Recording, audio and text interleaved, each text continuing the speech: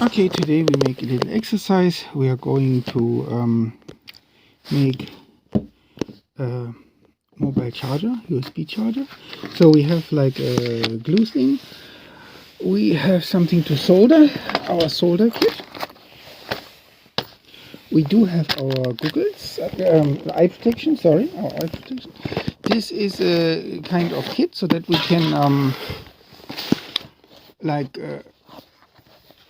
do precision work with soldering. We also have the board, the logic board. Here, the logic board. Okay. So let's keep on starting. The goal is to actually put the logic board here and glue it with these cables which are scavenged from a rotten defect telecommunication system. This thing will provide us with the necessary energy. It's a very small mobile generator, solar generator with 150 watt max output. We have here 10 watt. Our solder needs 60 watt.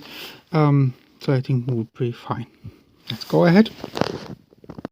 So we have to prepare, we say, the candle, the cables. So we have to burn the insulation actually. Now we solder all the minus contacts together. Now we solder the plus contacts in the same manner. In order to help us with the soldering, we pre-glue them with our heat gun glue cannon. We put the glue spots, and then we will solder. Now we glue the logic main board to the battery pack.